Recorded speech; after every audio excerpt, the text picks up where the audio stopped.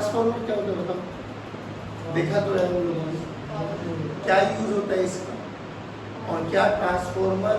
अभी से पहले इस EMI AC से पहले हम लोगों ने बात करी थी DC सर्किट थ्योरी की।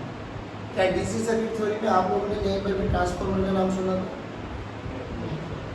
तो एक रीजन ये भी पूछा जाता है, क्वेश्चन ये भी पूछा जाता है कि क्या ट्रांसफार्मर केवल AC पे ही वर्क करता है क्या? क्योंकि हम ऑल्टरनेटिव करंट पढ़ रहे हैं, ऑल्टरनेटिव करंट पढ़ रहे हैं तो हमारे घर में यही सप्लाई आती है, घर में भी यही सप्लाई आती है, आती भी ट्रांसफार्मर के थ्रू ही है। तो क्या एक क्वेश्चन बहुत जायज़ बन सकता है कि क्या ट्रांसफार्मर DC पे ऑपरेट हो सकता है क्या? अब सुनो, तो ये क्वेश्चन है जिनके हमें आंसर्स पता होने चाहिए। पहली बात तो ट्रांसफार्मर होता है क्या? अभी हम लोगों ने बोला कि हमारे घर में जितनी भी सप्लाई आती है ना भाई, वो हमारे घर में हाउस होल्ड इंडियन सप्लाई कितनी होती है? 220 वोल्ट 50 हर्ट्ज। ठीक, आप अपने कोई भी इंस्ट्रूमेंट उठा के देखो, कोई भी इंस्ट्रूमेंट, सारे के सारे यही ऑपरेटिंग वोल्टेज मिलेगी, 220 वोल्ट 50 हर्ट्ज, इतने एम्पियर। एम्पियर बोले तो करंट, सब चीज़ें जितनी भी हमारी रेटिंग्स है, आप टीवी उठा लो, फ्रिज उठा लो, कोई भी AC, कुछ भी आप ऑब्जर्व करो, सारी की सारी रेटिंग सही है। लेकिन अब बात ये आती है, यहाँ पर ना दो डिवाइसेस होती है हमारी, एक जिसको हम बोलते हैं इलेक्ट्रिकल, एक जिसको हम बोलते हैं इलेक्ट्रॉनिक्स। जैसे हमारा मोबाइल फ़ोन, टीवी, हमारा रेडियो, हमारा लैपटॉप, ये सब इलेक्ट्रॉनिक्स डिवाइस में आते हैं। फैन वगैरह ये सब इलेक्ट्रिकल डिवाइस में आते हैं। लेकिन जो इलेक्ट्रॉनिक्स डिवाइस होते हैं ना बच्चों, ये तो ऑपरेट ही हमारा DC पे होता है। हमारे घर में क्या आ रहा है? AC।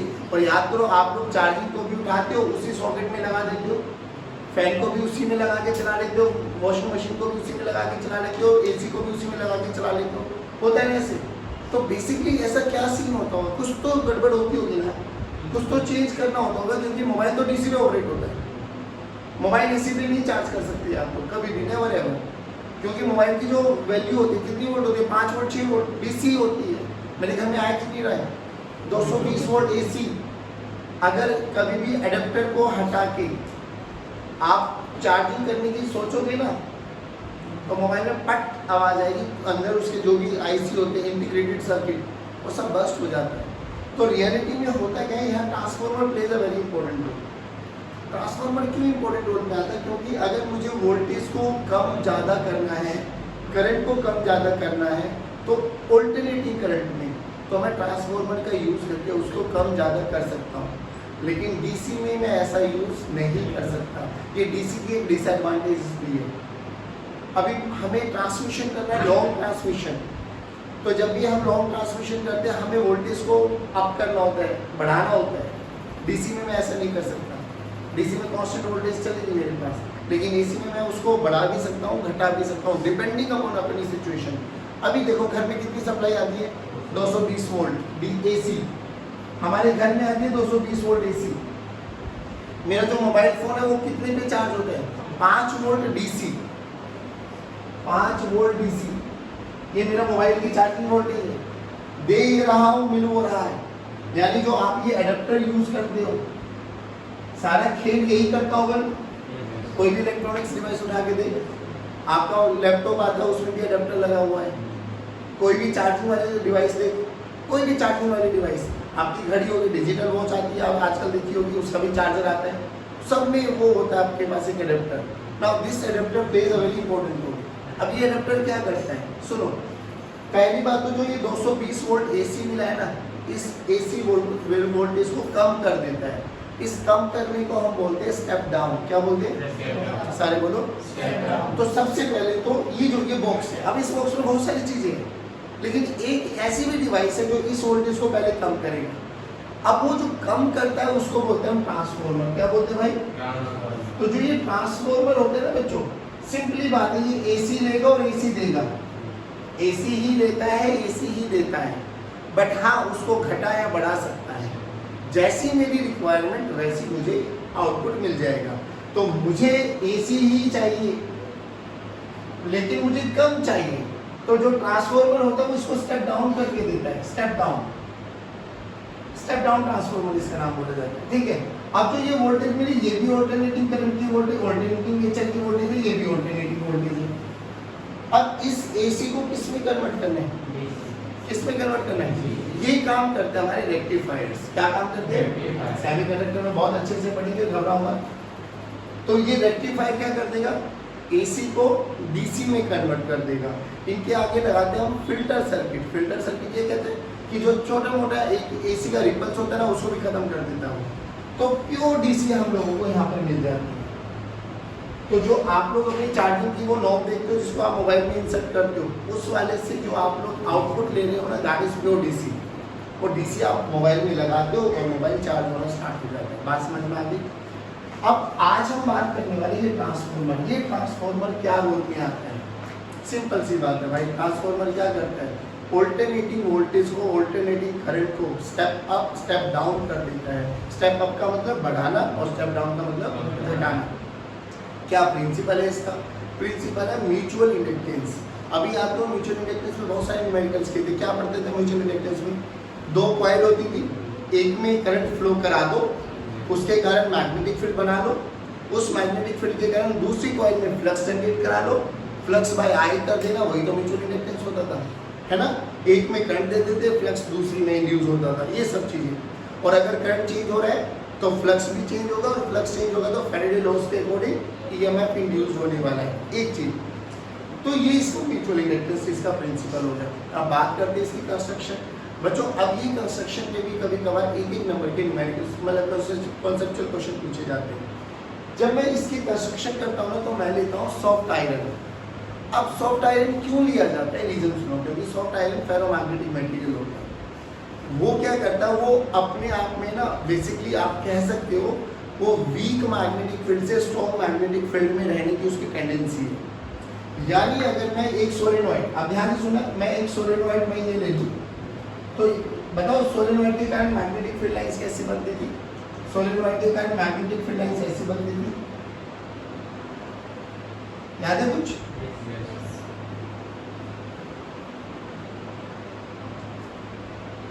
अगर मैं ये फैल जाती थी, अगर मैं इनके आगे एक फेरोमैग्नेटिक मटेरियल रख दूं, फेरोमैग्नेटिक मटेरियल, तो ये फेरोमैग्नेटिक मटेरियल क्या करेगा?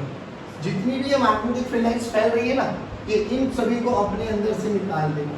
तो बताओ मैग्नेटिक फील्ड की इंटेंसिटी बढ़ी या घटी? बढ़ी या घटी? खुद सोच के देख, अगर मैग्नेटिक फील्ड की इंटेंसिटी बढ़ गई तो फ्लक्स के बारे में क्या ख्याल है?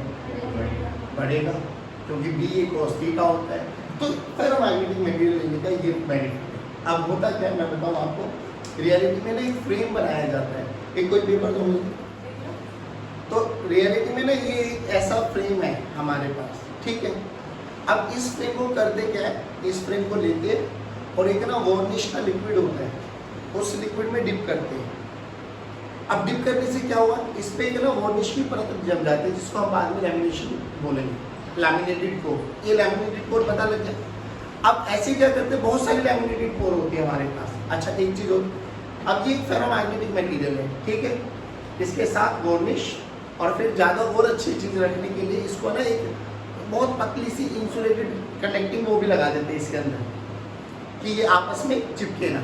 ऐसे करते करते करते करते ये पूरा का पूरा एक बंच बन के तैयार हो जाता है, पूरा का पूरा एक बंच बन गया, ठीक है? बंच बनने के बाद क्या होता है, तो तुझे लग रहा होगा कि अब ये ऐसी एक साइड बहुत मोटी हो जाएगी, बहुत सारा बंच बना दिया, ये भी एक मोटी साइड हो जाएगी, ठीक है? अब इस मोटी साइड को हम बोलते हैं फ्रेम। ये आपके कोर कंप्लीट हो गया ट्रांसफॉर्मर का। अलग अलग ट्रांसफॉर्मर है, बहुत मॉडर्नाइजेशन आ गया आजकल के ज़माने में। तो बट मैं तुम्हें वो वाली चीज़ बताता हूँ जिससे तुम बहुत इजीली वर्किंग समझ लोगे। तो ट्रांसफॉर्मर में देखो अब क्या हुआ हमारे पास, अब समझना थोड़ा। ये मेरे पास वही सॉफ्ट आयरन, उसका फ्रेम बना दिया मैंने, ये वाला।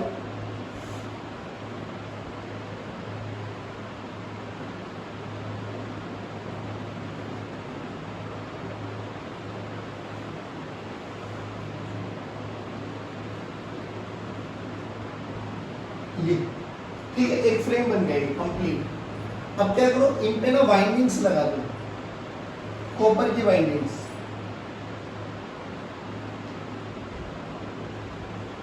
ये वाली एक वाइंडिंग और सिमिलरली एक वाइंडिंग इधर लगा लो।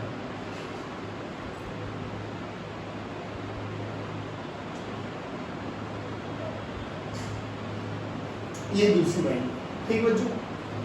एक इनपुट कहलाया जाएगा, एक आउटपुट। किसी को भी इनपुट बना लो, किसी को भी आउटपुट बना लो। अभी आपको हम ये मान लेते हैं कि ये मेरे पास इनपुट दूंगा यहाँ से और आउटपुट लेने वाला हूँ यहाँ पर। डन। अब ये इनपुट में कितने नंबर ऑफ टर्न्स है वो तो हमें पता होंगे, तो इसको बोल दो NP, number of turns in primary coil. एक जिसमें करंट दोगे उसको प्राइमरी बोल दो, इसको जहाँ से आउटपुट लोगे that is your secondary coil, तो इसके नंबर ऑफ टर्न्स हो गए सेकेंडरी। ठीक। अब जो हमारे घर में सप्लाई आती है that is alternating nature. Alternating nature में जो करंट आता है that is I naught sine of omega t. Variable है कांस्टेंट है? वेरिएबल। तो करंट इनिशियली बढ़ेगा, फिर जीरो, फिर अपनी पोलैरिटी चेंज करेगा, फिर नेगेटिव में बढ़ेगा, फिर जीरो, मतलब कॉन्स्टेंटली करंट बढ़ता घटता रहेगा, चेंज होता रहेगा, ये पक्की बात है। जब करंट चेंज होता चला जाएगा तो याद करो ये एक इंडक्टर है, सोलेनॉइड है। सोलेनॉइड के अंदर मैग्नेटिक फील्ड बोलो B equal to mu naught into N into I। तो इसके अंदर जो मैग्नेटिक फील्ड बनेगा that is mu naught into N into I, और I as a function of time है। I चेंज हो रहा है, जैसे जैसे I चेंज होगा तुम्हें नहीं लगता है यहाँ पर बेटा फ्लक्स चेंज होगा? फ्लक्स चेंज होगा तो EMF इंड्यूस होगा, पक्की बात है। अब क्या माना गया कि जितना फ्लक्स बंद करेगा यार स्टार्ट हो गया सारा, जितना फ्लक्स एक कॉइल में कितना फ्लक्स जनरेट हो जाएगा बोलो? एक कॉइल में B into A into cos of theta. ठीक, B into A into cos of theta. जितना एक कॉइल में फ्लक्स जनरेट हुआ, हम ये मान के चलते उतना ही फ्लक्स इस कॉइल में जनरेट हो जाएगा। एक कॉइल में जितना फ्लक्स जनरेट हुआ उतना ही यहाँ पर जनरेट हो जाएगा। अब ऐसी कितनी नंबर ऑफ कॉइल्स है भाई? हो सकता है इसमें कम हो, इसमें ज़्यादा हो, या ऐसा भी हो सकता है इसमें ज़्यादा हो, इसमें कम हो सकता है ना। और फेरोमैग्नेटिक मटेरियल लेके चल रहे हैं तो हम ये मान के चलेंगे कि अभी कोई भी मैग्नेटिक फील्ड बाहर नहीं जा रहे, सारे के सारे मैग्नेटिक फील्ड जितनी भी जनरेट होंगे वो सारी की सारी इसी में एसोसिएट है, इसी में लिंक अप है। बात समझ में आ रही? तो मैग्नेटिक फील्ड लाइंस कभी ऊपर कभी नीचे, कभी ऊपर कभी नीचे, कॉन्स्टेंटली फ्लक्स चेंज होता चला जाएगा। और ये मान के चल रहे हैं कि एक कॉइल में जितना फ्लक्स बनेगा वही फ्लक्स इसके साथ भी एसोसिएट होगा। तो टोटल फ्लक्स इन प्राइमरी बोलो बच्चों, total flux in primary coil, जल्दी बोलो, total flux in primary coil, total flux मतलब टोटल फ्लक्स कितना हो जाएगा? B इंटू A, एक कॉइल में, हाँ ना बोलो, N में कितना हो जाएगा? NB। बात समझ में आई? तो यहाँ पर जो प्राइमरी में हमारे पास EMF इंड्यूस होगा, EMF इंड्यूस प्राइमरी एंड, वो कितना हो जाएगा? EP, EMF इन प्राइमरी, या आप इसको VS लिख लो, VP, that is equals to minus d∅dt, that is rate of change of flux. अब ये तो एक कॉइल का है बाबा, ऐसी कितनी कॉइल्स है बाबू? एंड ठीक, सेकेंडरी में बात करो, सेकेंडरी में कितना हो जाएगा बच्चों? ES, या इसको VS बोल दो। अभी भी हमने बोला कि रेट ऑफ चेंज हो, जितना फ्लक्स प्राइमरी में इंड्यूस होगा एक कॉइल में उतना ही सेकेंडरी में इंड्यूस होगा एक कॉइल में। वहां पे कितने नंबर ऑफ टर्न्स है बच्चों? एक रिलेशन ये बन गई, एक रिलेशन ये बन गया बच्चों, दोनों को डिवाइड कर दो।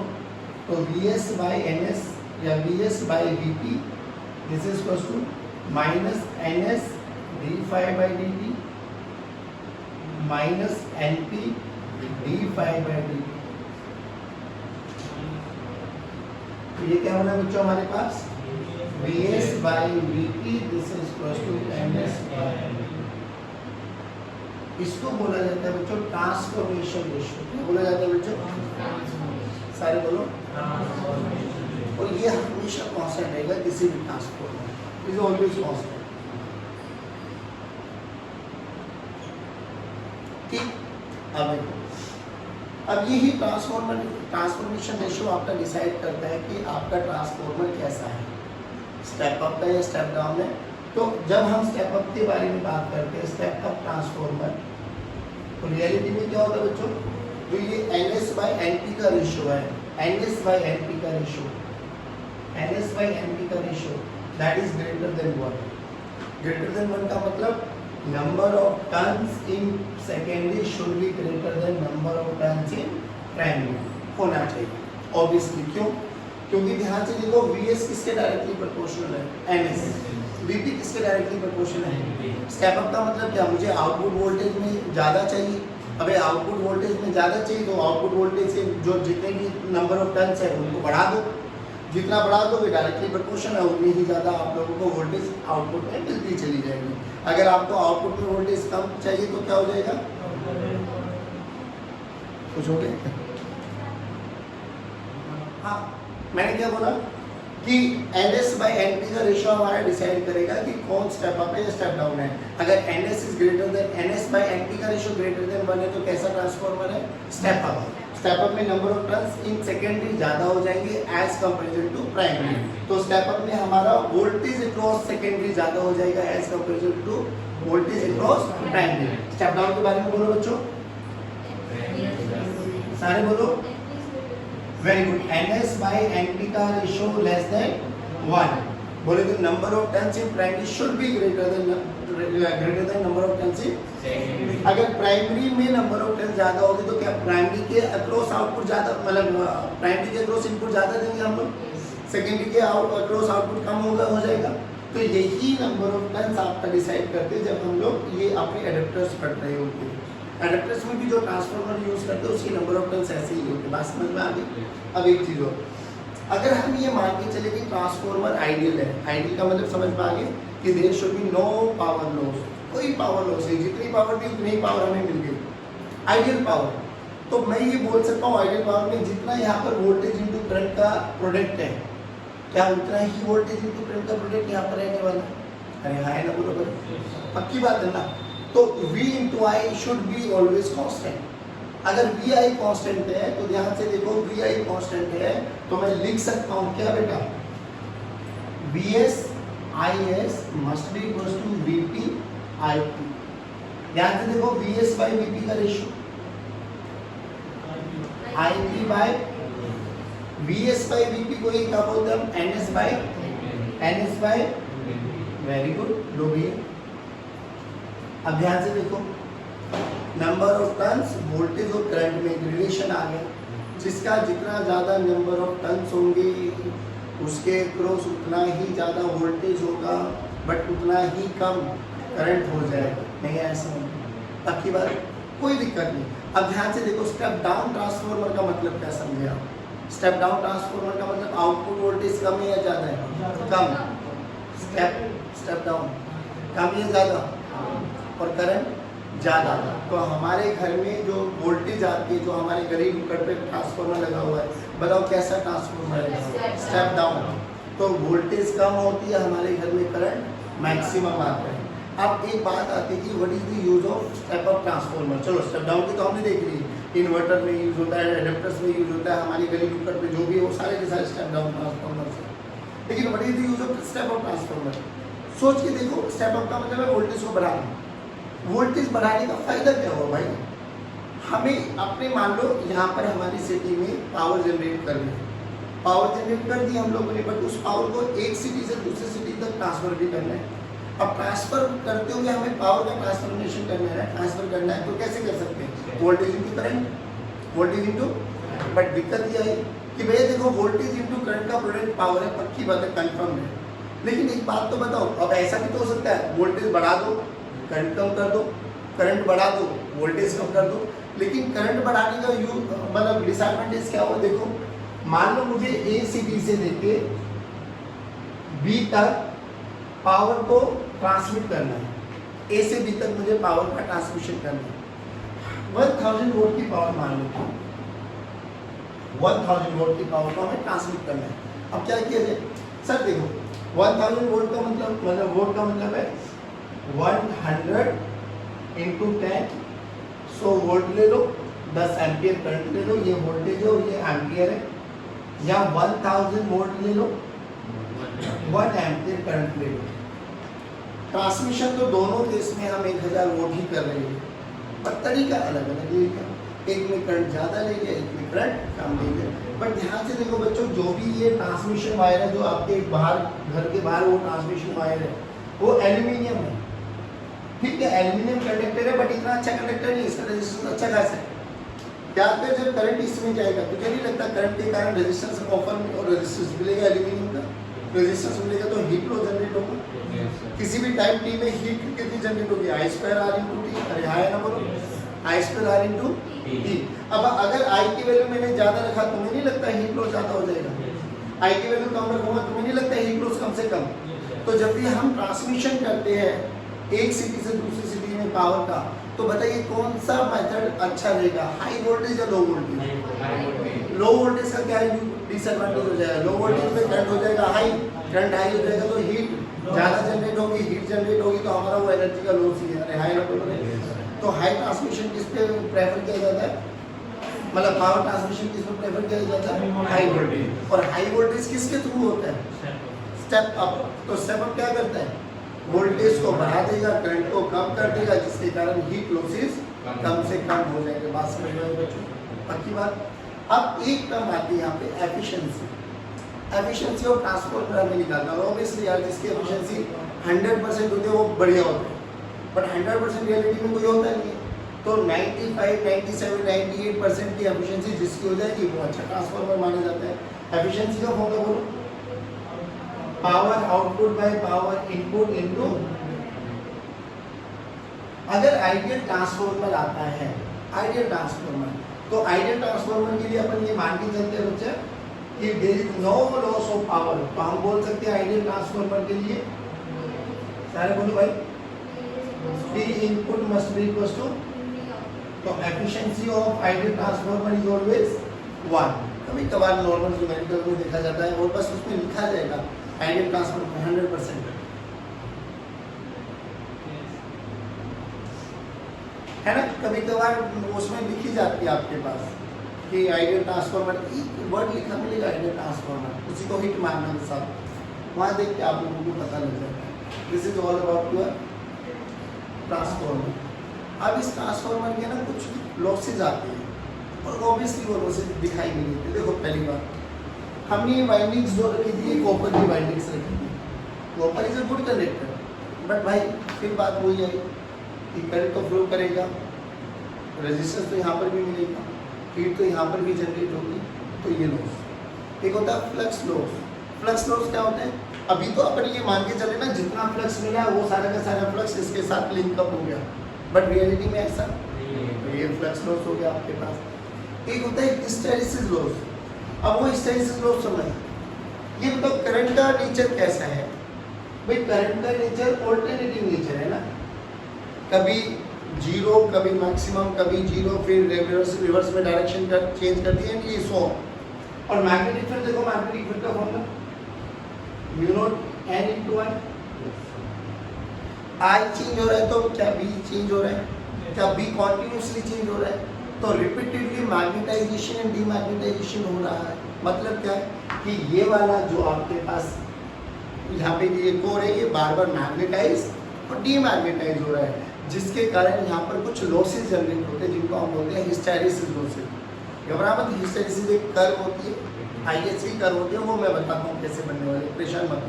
बट अभी के लिए समझ कि हिस्टैरिसीस क्या होते हैं कि रिपीटेडली मैग्नेटाइजेशन एंड डीमैग्नेटाइजेशन हो, तो ये क्या बोलते हैं हिस्टैरिसीस लॉसेस। बात समझ में आ गई। एक होता है यहाँ पर eddy loss, eddy current. Eddy current सबसे बढ़िया फिनोमिना है, वो लॉस भी है बट हम उस लॉस का अच्छे से यूज़ करके हम उसको एप्लीकेशंस भी बहुत यूज़ की जाती है। अब ये एडी होता क्या है, देखो सिंपल सी फंडा है, मुझे एक बार बताओ। जब हमने बोला कि भाई ये मेरे पास एक कॉइल है, आराम से सुनो बच्चों, ये मेरे पास एक कॉइल है और यहाँ पर मेरे पास एक बार मैग्नेट रखा हुआ है, जैसे ये बार मैग्नेट का नॉर्थ पोल और ये बार मैग्नेट का साउथ पोल, ठीक है परफेक्ट। अब इस बार मैग्नेट के कारण यहाँ पे मैग्नेटिक फील्ड तो जनरेट होगी ना। अगर सोचो बार मैग्नेट और कॉइल रेस्ट पर है तो फ्लक्स तो है बट फ्लक्स चेंज नहीं हो तो ईएमएफ इंड्यूस्ड, कॉइल में करंट फ्लो नहीं करने वाला, परफेक्ट। लेकिन अगर मैं इसको रेस्ट पर मान दूं, इसको आगे पास लेके आऊँ या दूर लेके जाऊँ तो बताओ फ्लक्स चेंज होगा, मैग्नेटिक फील्ड चेंज होने के कारण फ्लक्स चेंज होगा, फ्लक्स चेंज होगा तो ईएमएफ इंड्यूस होगा और सर्किट कंप्लीट है तो करंट फ्लो करेगा। और करंट हमेशा ऐसी डायरेक्शन में फ्लो करेगा कि अपने ही कोर्स को हुआ। ये कॉइल में तो ऐसा हुआ, लेकिन बात ये पूछी गई कि अगर मैं एक मेटेलिक ब्लॉक ले लूँ, मेटेलिक ब्लॉक का मतलब समझ में आ गया, पूरा का पूरा एक एल्यूमिनियम की शीट उठा ली मैंने। अब शीट में जब मैं शीट के सामने मैग्नेट को लेके आ रहा हूँ, आप ध्यान से देखो, ये तो कॉइल था, कॉइल में भी फ्री कौन थे? इलेक्ट्रॉन्स। अरे बोलो भाई। अब मैं अगर एक एल्यूमिनियम की शीट ले लूँ भाई, एल्यूमिनियम की शीट, फिर वही करूँ, नॉर्थ पोल को आगे लेके जाऊँ, दूर लेके जाऊँ, फिर दिमाग में तो वही आया कि अब बताओ इसमें क्या होगा, क्या इसमें करंट फ्लो करेगा नहीं करेगा? भाई है तो कंडक्टर ना बच्चों ये, हाँ बिल्कुल है। अगर कंडक्टर है तो मुझे प्यारे बच्चों ये बताओ इसमें भी फ्री तो इलेक्ट्रॉन्स होंगे ना?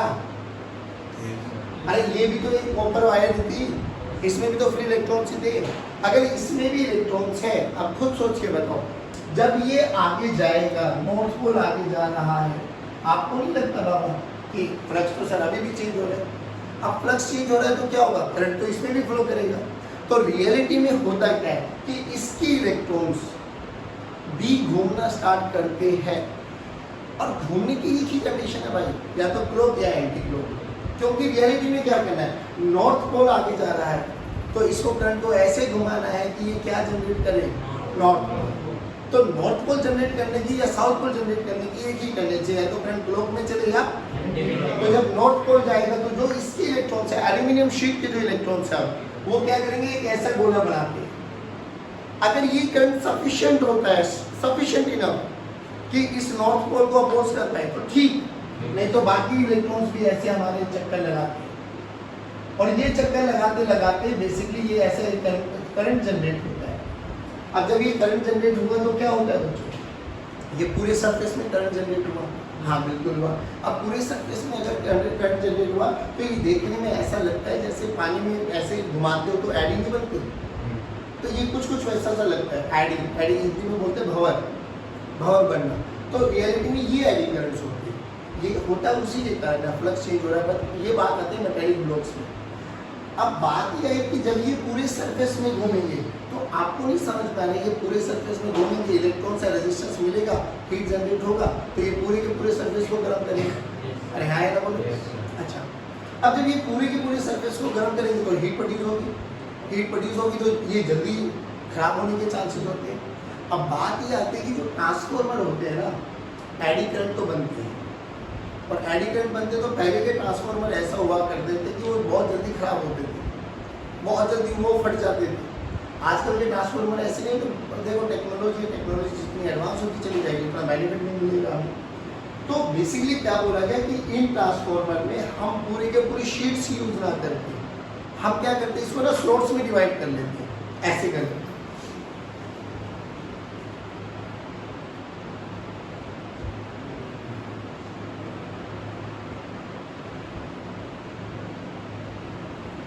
अब ऐसे सोर्स में डिवाइड करने का क्या फायदा हुआ? फायदा हुआ दे, जब भी अभी भी इसमें आएगा ऐड तो आएगा, तो लेकिन ध्यान रखो क्या होगा, इसमें इतने ही सरफेस में ऐड चलेगा, हाँ या ना बोलो? अरे बोलो भाई।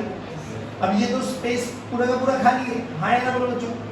तो बताओ कि इस केस में ज्यादा होगी और उस केस में ज्यादा होगी? इस केस में ज्यादा होगी, इस केस में, क्योंकि इसमें पूरे के पूरे सरफेस में करंट फ्लो कर रहा था, उसमें बस इन्हीं सोर्स में करंट फ्लो करने वाला है।